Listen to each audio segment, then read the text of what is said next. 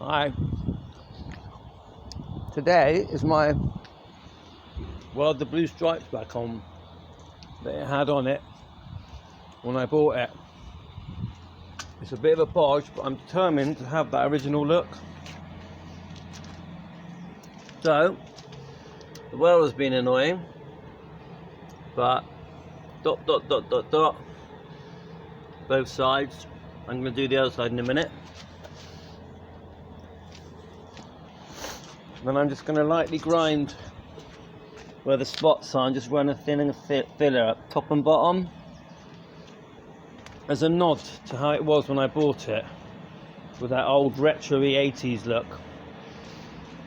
I think I might jump over this side now and do the other one, which is here, which I have prepped this, but I haven't prepped the car. It needs a bit more pep. Let's just get it on. Just got on there. There, see? I think it will look good when I'm finished, but all based on me trying to get this look it had when I bought it. So yeah, I might take it for a spin soon as well. This looks so cute.